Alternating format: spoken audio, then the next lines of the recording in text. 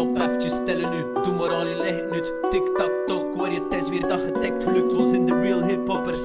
Laat de flikkers dus dikke vust in de lucht. Voel die dope shit die bus. Cocktail molotov ontploft. Het is hier oorlog, zanderdaags hoor je het nog. 6 door je oren, kan geen punchlines niet meer nodig. Het lukt me zonder metaforen, zitten in een ander stadium. Check me rap met amorfose. Ik zit nog maar begonnen met mijn stroven. Emergency, emergency.